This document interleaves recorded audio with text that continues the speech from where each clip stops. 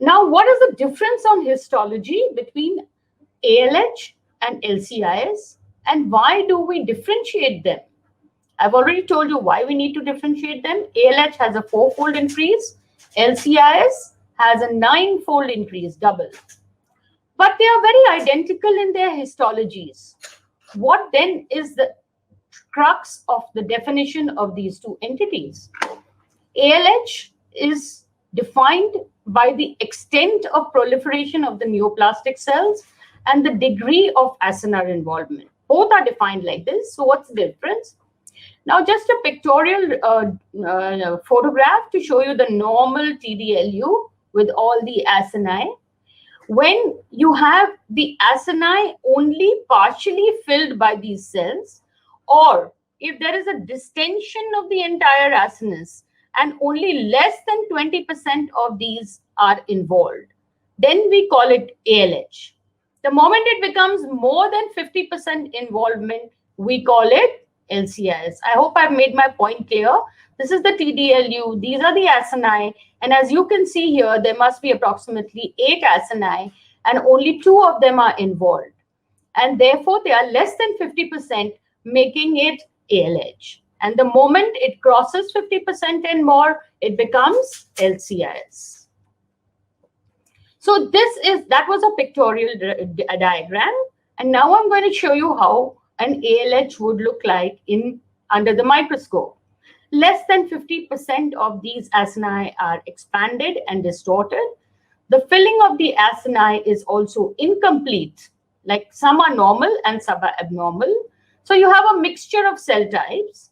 And as I said, it's important to recognize this lesion because it has a 4 to 5 time risk of developing a subsequent malignancy.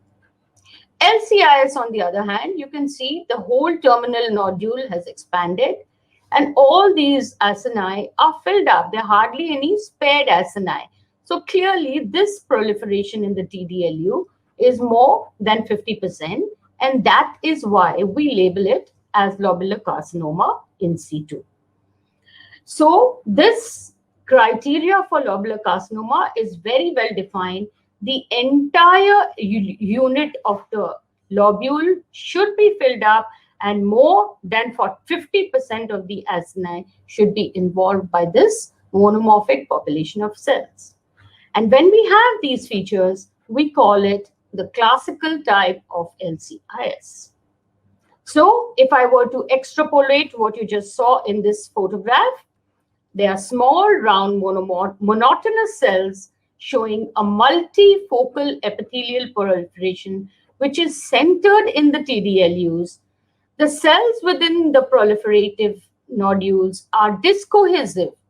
And these are the features I'll now be highlighting, which make you recognize lobulars over ductals. So please note them.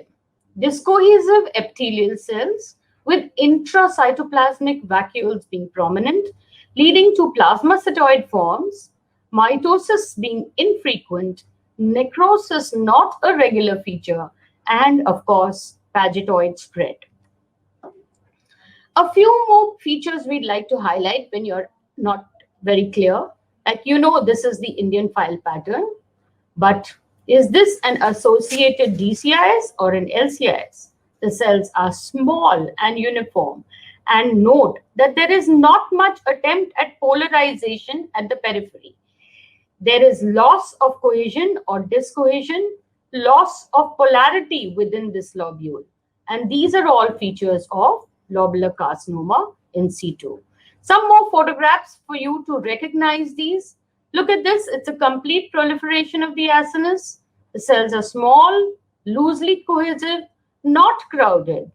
They are not deforming their neighboring cells. They are very well spaced out between each other and tend to separate from their neighbors. They cause cracks within the cell clusters because they're trying to run away. See, do you notice the cracks between the cells?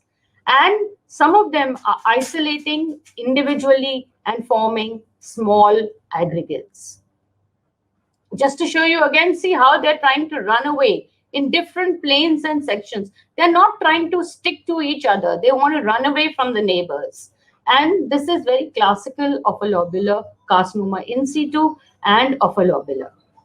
So this is a typical classic lobular carcinoma in situ, showing you loss of cellular adhesion, irregular empty spaces with rarefied lobules, nucleus being quite round to oval in shape, often centrally located or eccentric, with a narrow rim of pale eosinophilic cytoplasm. Some people even call it a fried egg appearance, similar to the oligodendrogliomas. Here, I just highlighting how there are intracytoplasmic vacuoles, which you can look for, and it's a very evident clue for lobular lesions. Now, you must also try and recognize the coexistence of atypical lobular hyperplasia with lobular carcinoma in situ. They are kind of a spectrum. So if you see the left side of this figure, you will have ALH, where you have less than 50% involved. And here you have almost entirely involved and expanded areas, which are classically filling the entire. So you can have coexistence of ALH and LCIS. So whenever you're recording ILC in an area, see the periphery, try to recognize this entire, and very soon you'll be able to tell the difference. So this, just some more photographs. Another feature which they form is, though they may form cribriform places, they never form Roman arches and trabecular bars. They always grow in sheets. And if these sheets tend to have some lumens, these are actually the entrapped benign acini and within a neoplastic proliferation of monomorphic cells. So this is the solid lobule, and occasionally they may give you what is called a cribriform appearance, but it's not a true cribriform or a true Roman bridge or a trabecular bar. They are just entrapped acini. Within the lobule, you will find two types of cells. You call them type A cells, type B cells. They may be difficult to recognize on morphology unless you have very optimal sections. This is the type A cells, which are more small and monomorphic with scanty cytoplasm and no nucleoli. On the contrary, you have the larger type B cells with more pleomorphism, more abundant cytoplasm, and small nucleoli, though small but quite distinct. And here you're seeing the intracytoplasmic vacuoles. So you have the classic type of LCIS, which can have a mixture of the monomorphic cells and the slightly more pleomorphic type B cells. So there are actually two types of cells within, but it can be difficult to appreciate on morphology. So when you're looking at LCIS next time, try and find these findings and you'll realize that it's not so difficult.